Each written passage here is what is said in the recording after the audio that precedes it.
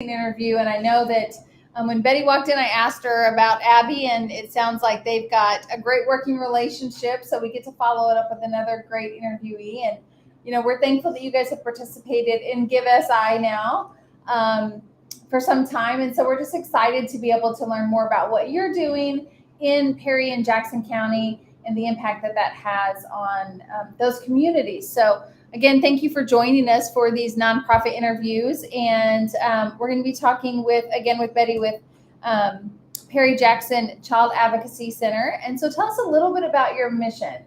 So what we do is our mission is to coordinate the investigation of child sexual and serious physical abuse in both those counties. Over the years, we've developed teams in both counties, which is how we work each case. So we get our referrals directly from law enforcement, Department of Children and Family Services, only on cases of sexual abuse. And I say only, that sounds really odd, but we only get kind of the worst of the worst. I am on the Child Death Task Force as well, so I see a lot of those cases. But what we do at the center is we help these families get through the investigation. We provide them with resources like the Children's Medical and Mental Health Resource Network for that specialized exam. We try to wrap these families with the best services possible for lots of reasons. One, the kid needs to recover from the trauma that they've been through. The parents or caregivers also need to recover, and they always need to know what's going on.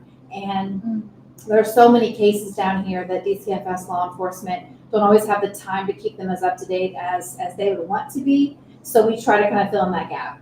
So we coordinate those services with our team members, which is law enforcement, the prosecutor, Abby from the child, and Dr. Swafford from CMRN. And we all get together monthly. We discuss all of our cases, decide what each case needs, where is it going. And then my advocate will then follow up with the family, kind of give them an update on what's happening. The case starts out at the Child Advocacy Center with their forensic interview. This has kind of been a way for kids to come in a safe environment, a comfortable environment, tell whatever it is they need to tell. We try to get as much detail as possible. We have trained interviewers on staff that is specific to children, specific to abuse. The team can be there present for that interview so they don't have to ask them questions later. It's recorded for evidence, so it goes to law enforcement. And that's kind of how the process starts. Like we get the referral, we try to get that interview set up as soon as possible. Before child advocacy centers, everyone kind of met, they did their own pieces individually. So they would talk to the kid, then maybe they would go to the hospital or the medical provider, and they would talk to the kid. DCFS would then talk to the kid. So it's kind of a way for us all to kind of come together. Let's do this as a team, because kids need to be treated as kids, not as a perpetrator or as an adult. Their brains work differently, their memory works differently, so we're kind of trained.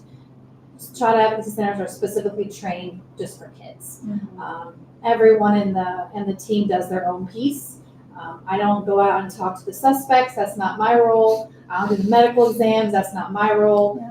As a director at the Child Advocacy Center, I run the place, and then I'm also an interviewer, so I do all the interviews right now.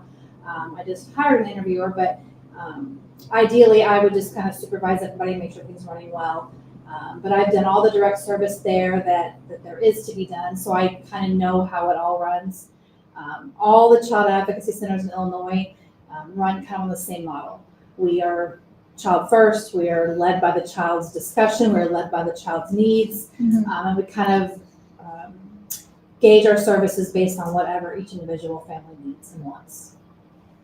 So Betty, do you only serve Perry and Jackson counties? It sounds like there are more CACs. So Are you specific to just those counties, or are you able? Okay, so anyone from other counties would just use access another CAC. Right. The idea behind there's 7 child advocacy centers south of 64.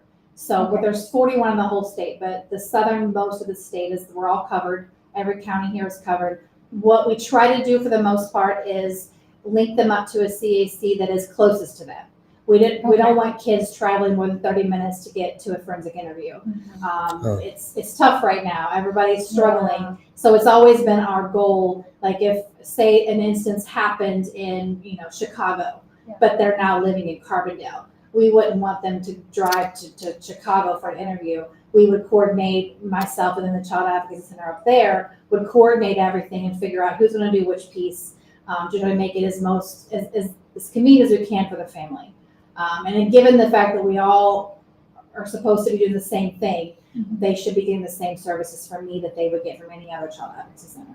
You mentioned something that really kind of stood out to me is making sure that the child feels is treated like a child, not like a victim or an adult. Right. I'm sure that the adult part probably gets a little hard sometimes because they've been thrown into an adult situation. Right. Talk a little bit about how you guys help in that process to make a child feel like a child. My advocate works really hard with them to also make sure they have a voice. Like when you go to the doctor, lots of times whenever you're a child, the doctor or the nurse is talking to the mother or the caregiver about questions about the child. So my advocate works real hard to always, what is your name? How old are you? How do you identify? Do you have any nightmares? Just so the kid comes to the center knowing that this really is all about them. And then when we interview them, again, we're trained to specifically interview only children. Now, I have interviewed adults who maybe function as a child, but the reason for that is that when you are as an adult, when you're asked something about something that happened a week ago, most adults can usually give you a rundown on what happened a week ago. Children can't always do that, so we're trained to specifically not lead them, but to get as much detail as we can. And then in the beginning of the interview, we gauge kind of their development. Where are they? Can they do this kind of, recall of the detail? And then the whole time they're at the center, it really is kind of focused on them. Do you need a journal? Do you need a stuffed animal when they leave? Do you need counseling? Now, they also talk to the caregiver because the caregiver is going through a lot of trauma too. But we want to make sure that the kids are heard and that they feel like they have a voice and that they're seen. And when they go down like to CMRN, that's what they always say about that is they really felt like they were seen for maybe the first time. And that's important to them. They've been through a lot. And they are just thrown into a situation where they don't understand it. Their parents or caregivers don't understand it. So this Child Advocacy Center is kind of a way to bring everything kind of back to the same page and make sure that they get whatever services that they need. There were really two things that I was thinking about when you were talking.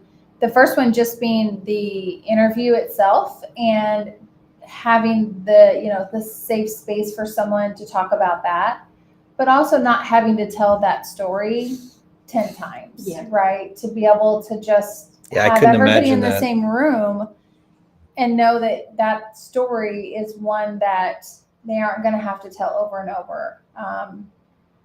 The second one is just the idea that, meeting them with wherever is most convenient. Because I'm sure there are situations where because of different traumas that have happened, people are trying to escape that. Yeah. And the last thing you want them to do is to have to go back there to see someone, to get the help that they need, that they can do it from where they are. So those were kind of two things that stuck out to me being really important. But Betti, tell us about the funds that you're going to collect during GiveSI. What will you be using those for?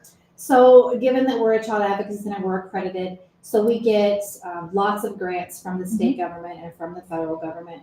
And I in no way want to diminish those funds. Without them, child advocacy centers wouldn't exist. Yeah. They've helped us along the way. We get, it's a very good cause for them to help. I understand that. But with those grant funding dollars, they're reimbursable. So, I have a staff of 4 now. They do not pay until after the expenses incurred. So you have payroll for 6 months and they will reimburse you. What people don't understand is as a nonprofit, are we supposed to have a reserves in there? Not necessarily, but I have to make payroll. Yeah. So I need money, and also grants don't pay for electricity. They don't pay for paper. They don't pay for, the rent for some of we have a satellite in Murfreesboro now. Lots of the grant funding don't pay for our occupancy expenses or our overhead, like for our audit. So the money that I generate from fundraisers kind of goes to the places where grants don't pay. Unfortunately, they pay for most of our salary. They find all of our personnel to be, core services that were important, but they don't really pay for anything else. So the money that we get from any fundraisers go a lot towards just having that money to be able to pay payroll or to be able to pay for our audit or pay for our gas bill, those kinds of things. Operational stuff. Operational stuff. And I know every business has operational costs. But unfortunately, we don't charge our clients. They come to us for Okay. free, which they should. So we're not a fee-for-service kind of agency. Everything the kids and the families get from us is free to them. So we do, but we still do have all the same expenses that any other business would have. Just sometimes no way to pay those expenses. So Yeah, and sometimes it's really hard if people don't know how those grant funded dollars work and what they're allowed to be used for and not allowed to be used for. And so having that additional money for even, things that might come up allow you to stay operational. right. And so sometimes I know when we have organizations that we work with and kind of go on the training calls, we kind of discuss with them like how to tell that story, right? Because it is exactly that, where sometimes people think, oh, they're a large organization, they've got all kinds of money. Right. They don't Yeah. need my, $50. But that money can actually come in incredible help at a time when you're right, you are having to do those reimbursable expenses. There isn't a fee for service, and there are sometimes additional services that you want to provide that you need to know that money is there to help those kids when you need it instead of trying to raise it. And I know that GiveSI for you and many organizations is just one small piece of your total fundraising for the year. And we just hope that we can, help in some small way, to be able to help those kids and have a direct impact on what you're doing. Yeah, I think GiveSI has helped us with all of us coming together. I've met other agencies that I didn't even know existed, but it also gives the community and the public a way to see everyone in the same kind of space. I think it's great. Betti, thank you for coming in today. Those of you that want to donate to the Perry Jackson Child Advocacy Center, in the description below, all you got to do is those 3 easy steps. Click that link, go to the page, scroll down. You're going to look for Perry. You can search, but look for the P, Perry Jackson Child Advocacy Center, and you can make your donation. And we know that it will go to a great cause with a much needed, unfortunately, much needed services that are needed throughout the region. So thanks again for coming today. Thank you. Good luck. Thank you, Betti.